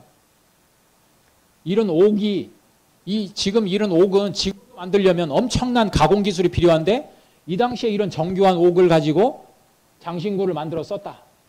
그 수암에서 발굴된 옥인데 저 흑룡화 지역에서 갖다 썼는데 재밌는 게 고성 지역에서, 강원도 고성에서 발굴된 옥하고 재질이 똑같아요. 수암에서. 하나의 문화권이죠. 그리고 84년도에 이 여신상이 발굴이 됐는데 이 복원한 모습이 이런 모습입니다. 지금부터 이거는 근 5,500년 전에 해당이 되는데 아까 우리 삼국유사 기록으로 보면 배달 환웅이 신시를 열었던 그 시기하고 거의 비슷해요. 그런데 그 신시에 아까 뭐가 등장했습니까? 1호가 등장했죠. 한 마리 곰과 한 마리 호랑이가 등장했잖아요. 근데 그 곰이 변해서 뭐가 됐다고 했습니까? 여장이 됐다고 했죠. 바로 이 여신상이 발굴된 곳에서 뭐가 발굴이 됐냐면 곰 발바닥 소조상과 실제 곰 턱뼈가 발굴이 됐어요. 그러니까 삼국유사 고조선조의 그 기록이 고고학적인 발굴을 통해서 상당히 해석이 될 수 있는 그런 유물 유적들이 발굴이 되고 있다는 겁니다. 그런데 이런 기록을 우리가 문헌학적으로 가지고 있어요. 중국 기록에는 없어요. 사마천 사기에 이런 기록이 없습니다. 그런데 아까 그 여신상이 수행을 하고 있는 모습을 하고 있잖아요. 그냥 누워있는 것도 아니고 딱 가부좌를 틀고 뭔가 명상에 잠겨있는 모습을 하고 있다는 것은 여러분 무슨 뜻이겠습니까?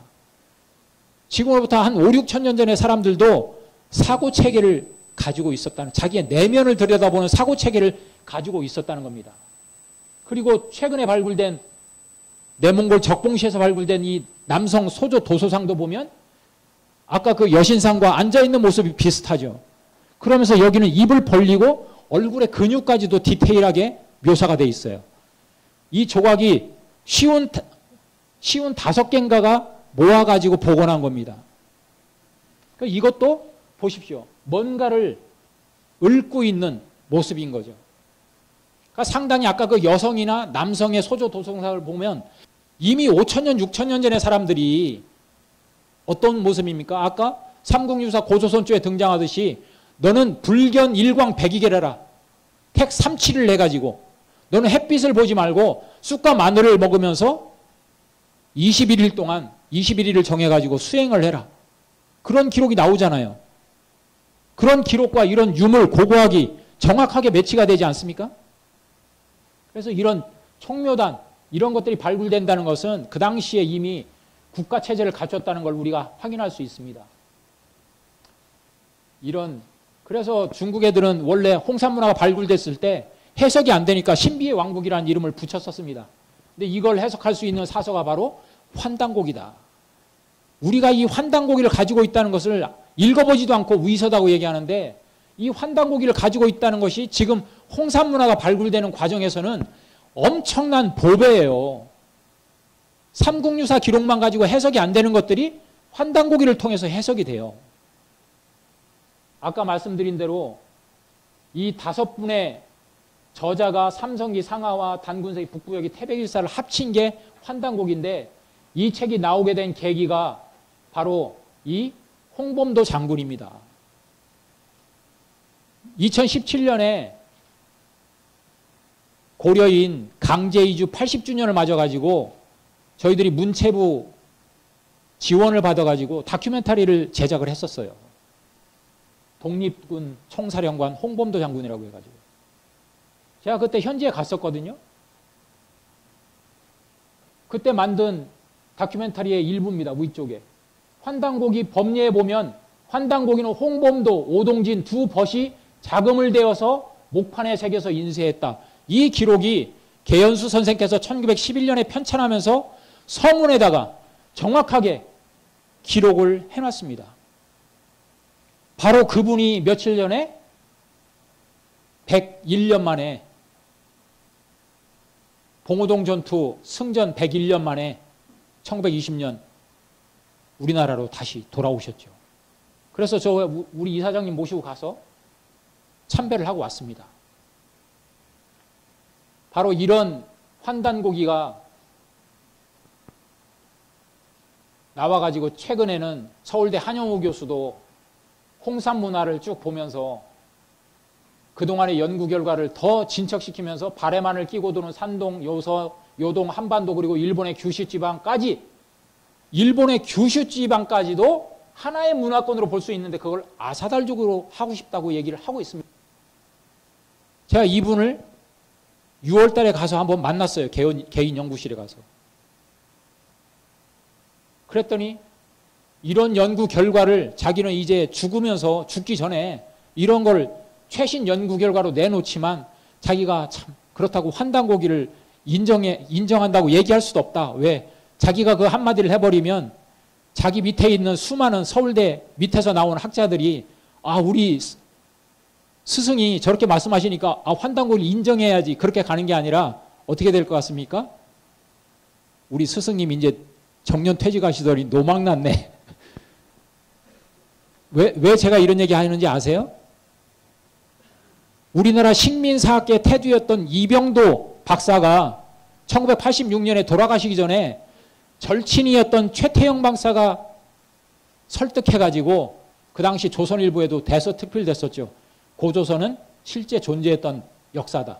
그렇게 양심 고백하고 죽었는데 그 밑에서 나온 제자들이 그걸 지금 받아들이고 있습니까? 노망났다고 했어요. 그 당시에도.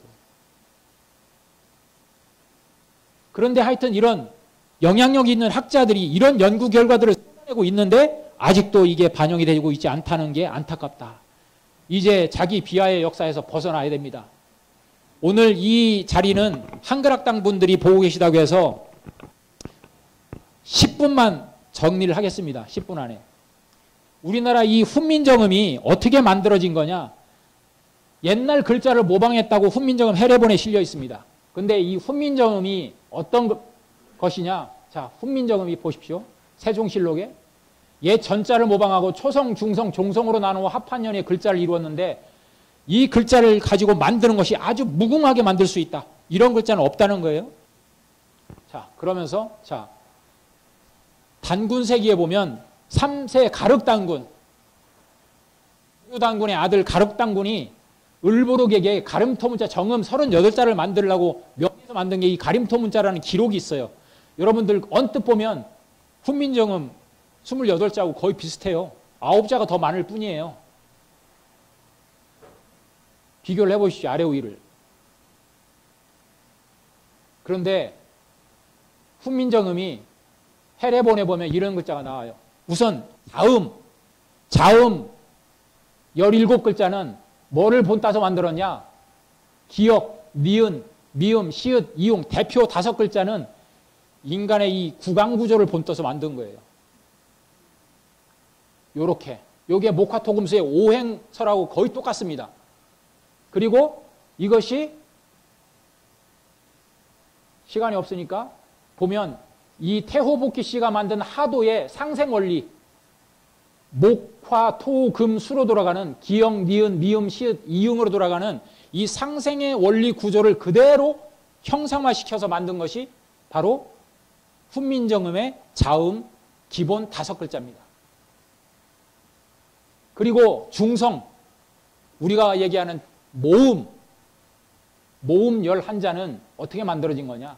그 기본이 중성의 기본자가 하늘을 뜻하는 아, 땅을 뜻하는 사람을 뜻하는 이 세 가지를 가지고 천지인 3가지 사상을 가지고 만든 게 훈민정음 중성 기본자입니다. 모음 11자. 그래서 아는 혀가 오그라져서 소리가 깊으니 하늘이 자시에 열린 것이고 모양이 둥근 것은 하늘을 본뜬 것이다. 은은 혀가 조금 오그라져서 소리가 깊지도 얕지도 않으니 땅이 축시에 열린 것이다. 모양이 평평하면 땅을 본뜬 것이고 이는 혀가 오그라지지 않아 소리가 얕으니 사람이 인시에 생긴 것이고 모양이 서 있으면 사람을 본 것이다. 그래서 결국은 사람이 중심이 되어서 만들어진 것이 우리가 알고 있는 모음이다. 그래서 천지인 이것이 중심이 되어서 만들어진 것이 모음이고 이 중성에서 요, 야, 유, 이 나오죠. 이게 만들어지는데 이걸 만들어내는 게 누구냐면 요는 오와 같으나 이에서 일어나고 야는 아와 같은 이에서 일어나 쭉 해가지고 뭐냐면 결국은 천지의 작용이 사물에서 발해서 사람을 기다려서 이루어짐을 취했다. 결국 뭐냐면 하늘과 땅에서 모든 걸 만들어내지만 그 하늘과 땅에서 만들어낸 것을 완성시키는 것은 사람을 중심으로 해서 만들어진다는 원리를 반영한 것이 뭐냐면 훈민정음의 모음자입니다. 결국 훈민정음에 담긴 정신이 뭐냐면 정리해보면 이거예요. 중성은 초성이 생기는 것을 이어받아 총성이 이루어지는 것을 이어주니 사람의 일이다. 대개 자운의 요점은 중성에 있으니 초성과 중성이 합하여 음을 이루는 것이다. 또한 하늘과 땅이 만물을 낳아 이루나 그 좋은 물건이 되도록 돕는 것은 반드시 사람에게 힘입음과 같다. 뭐냐? 제일 밑에 줄 역유 천지 생성 만물 천지가 만물을 생성하는데 이 기재 성보상 즉 필뢰 호인냐 그것이 제대로 그 역할을 하게 도와주는 게 뭐냐? 필뢰 호인 사람에게 의뢰해 있다 이런 거예요. 그러니까 뭐냐면 훈민정음을 창제한 원리가 어디에 있냐면 사람을 중심에 놓고 있었다는 겁니다. 세종대왕께서. 또 모음, 자음은 뭡니까? 사람의 입안의 구조 속에서 취해가지고 만든 거예요. 그러니까 뭡니까? 훈민정음은 바로 천지와 사람을 중심에 놓고 만든 글자가 한글이다. 이런 철학이 담겨 있는 게 훈민정음인데 이 철학이 천지인의 철학이 나온 그 바탕이 뭐냐면 9,000년 전부터 전해 내려온 이 천부경 81자의 철학 정신입니다. 일시무실 석상공무지만 하나는 시작인데 무에서 시작한 하나인데 그 하나라는 것이 모든 것의 시작이지만 삼극으로 나누어져 가지고 결국은 역사가 시작된다는 거예요. 그래서 그 천일과 지일과 인일이 있어요. 하늘과 땅과 인간으로 나뉘는데 그것이 나뉘었어도 본질은 바뀌지 않기 때문에 다 일자예요. 똑같아요. 상경에 보면. 그러면서 그것이 중경에서 천이삼, 지이삼, 인이삼에서 그것이 각각 음양작용을 해서 삼수의 생장성 과정을 변해서 이루어지고 있다. 천지인의 분화정신과 천지인의 합일정신이 나와가지고 그 결론이 뭐냐면 하경의 인중천지일입니다. 결국은. 사람이 천지에 관통해서 천지와 합일된 인간이 된다는 것이 바로 천부경의 인중천지일의 정신인데 바로 이것이 아까 얘기한 훈민정음의 창제 원리가 이 천부경의 철학 정신과 상통하고 있다는 것을 알 수 있는 거죠. 그래서 결국은 이 훈민정음은 이 홍익인간의 정신이 그대로 담겨 있다는 것을 우리가 알 수 있는데 이 홍익인간의 정신을 이런 학자들이 정말로 높이 사고 있습니다. 게오르기도 마찬가지로 얘기하고 있죠. 그런데 우리나라 국회의원 12명이 교육기본법으로 정해놓은 이 홍익인간을 삭제하자고 이렇게 개정안을 내가지고 난리를 쳤습니다. 올해 3월 달입니다. 이게. 그래서 우리가 이런 신문 광고를 내가지고 대대적으로 규탄을 했고 국회의원 12명에게 항의도 하고 저희들 지부가 찾아가서 항의를 하고 그래서 결국은 철회를 했어요. 그랬는데 이번에는 가야 문제를 가지고 저렇게 말도 안 되는 일본 앞잡이 노릇을 하는 이 일을 벌이고 있는 거죠. 바로 이게 신채호 선생께서 얘기했던 조선의 특색인지 특색이라면 노예의 특색이라고 말씀하신 이게 떠오르지 않을 수 없습니다. 김용옥 선생이 최근에 이런 얘기를 했어요. 동경대전을 완역하고 나서 국학 분야를 건드리면 재미가 있어서 미친다. 왜? 남의 나라, 남의 철학, 남의 사상 가지고 연구하는 거는 재미가 없어요. 말도 우리말이 아니잖아요. 그런데 나와 연결된 우리가 살아온 삶과 역사를 알 수 있기 때문이다. 그래서 자기는 죽을 때까지 이제는 천부경 연구하고 3.1신고 연구하고 우리나라 사상의 결론으로 등장한 동학을 연구하겠다고 선언을 하는 거예요. 이런 사람들에 대해서는 우리는 다 알고 있잖아요. 학교 다니면 뭐 다윈이 진화론을 얘기하고 니체가 신은 죽었다고 얘기하고 인본주의를 내세우고 프로이드가 정신철학 분석학을 얘기하고 그런데 우리는요 똑같은 19세기에 종교시대의 종말을 얘기하고 무국대도의 새로운 세상을 얘기한 수은 최재우의 동학에 대해서 제대로 알고 있지는 못합니다. 말씀하신 대로 주역의 시대가 가고 새로운 캘린더 360일의 정역의 캘린더가 나온다는 일부 기망의 정역에 대해서 아는 사람 없어요. 거의. 똑같은 19세기에 이제는 모든 인류의 역사가 인간만의 역사가 아니라 하늘과 땅 함께 공변된 종합적인 시각에서 역사를 봐야 된다고 외친 천지공사를 외친 증산 강일순이라는 분에 대해서는 다 왜곡된 눈으로 쳐다봅니다. 여러분들 똑같이 19세기에 나온 인물들이 앞에서 나온 분들하고 제가 그냥 대표적으로 한번 뽑아봤어요. 예? 우리는 우리 역사에서 나온 이런 분들에 대해서는 고리타분한 그런 인물로 보고 그분들 얘기는 고리타분한 얘기로 알아버리고 뭐 외국에서 사상과 철학을 얘기한 사람들은 뭔가 고상하게 보입니까? 이제는 국학에 대해서 눈 떠야 되고 고운 최치원께서 우리나라의 현묘한 도 풍류를 얘기했듯이 이 풍류의 접하군생의 정신 이미 모든 걸 포함하고 있었다고 얘기했잖아요. 노자의 가르침, 예? 그 다음에 공자의 가르침, 석가모니의 가르침 다 포함하고 있다는 그 두 글자는 뭔지 아세요? 그 세 가지 가르침을 다 포함하고 있으면서도 새로운 얘기를 가지고 있다는 거예요. 다른 얘기를. 그게 풍류입니다. 그래서 김범부 선생께서 얘기를 했어요. 이 포함이라는 얘기를 쉽게 보지 마라. 유불선, 특색이 다 있다. 그리고 바로 이 풍류의 기적적 부활이 바로 동학이라고 얘기했던 분입니다. 정리를 하면 홍익인간의 이 정신을 풍류에서는 무생명과 함께 교화를 하는 이런 접하군생의 시대에서 이제는 상생의 시대로 가야 된다. 이게 우리 사상사의 맥입니다. 앞에서 제가 우리나라의 국가 족보를 얘기했다면 우리나라의 정신사의 맥은 뭐냐면 홍익인간의 건국정신이 이제는 상생으로 드러난 것입니다. 이게 97년에 대통령 선거하면서 우리나라에 담론화돼 가지고 쓰여지고 있지만 오늘날 여기저기서 다 쓰고 있지만 상생의 본래 의미를 잘 몰라요. 코로나19 시대를 지나면서 우리에게 요구되는 것은 바로 상생입니다. 서로 상자, 살릴 생자. 서로를 인정하지 않으면 살 수 없는 시대가 바로 지금 이 시대입니다. 78억이 사는 이 시대. 그래서 우리는 살림살이를 해야 됩니다. 각자가 다 살아나가야 돼요. 각자 개인도 민족도 국가도. 그렇지만 그 행위는 살림에다가 포커스를 맞춰야 된다. 그리고 한반도 역사의식의 승화. 왜 우리가 한반도로 들어왔느냐. 결론은 만국활개 남조선이다. 증산 강일순의 말씀과 행적이 기록된 도전이라는 책에 보면 이 구절이 있어요. 앞으로 1만 나라 모든 나라에 전 세계에 살 수 있는 계책이 남조선에 있다는 거예요. 왜 우리가 한반도로 들어왔겠습니까? 그래서 김지하 선생께서 남조선 사상을 외치고 다닙니다.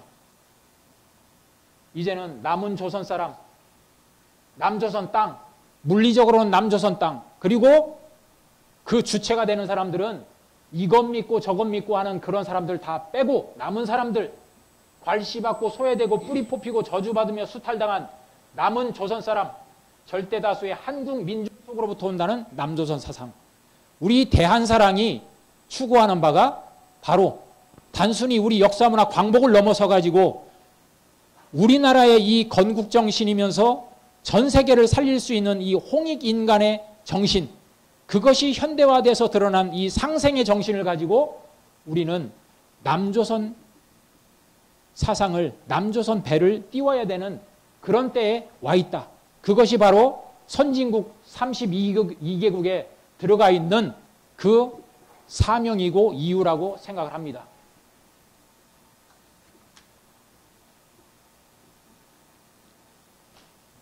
깨어나야 됩니다. 그리고 공부해야 됩니다. 그리고 참여해야 됩니다. 이게 앞으로 남조선 사상의 중심에 서가지고 우리나라의 역사문화 정신을 가지고 78억 인류를 정말로 모든 사람이 잘 살 수 있는 그런 세상으로 만들어 나가는 그 역할이라고 생각합니다. 그래서 저는 요즘 이걸 외치고 다닙니다. 앞에 있는 한 글자씩만 해가지고 깨공참이라고 합니다. 깨어납시다, 공부합시다, 참여합시다. 자, 한 번만 따라해 주면서 마치겠습니다. 깨공참! 깨공참! 친구가 되어 주십시오. 고맙습니다.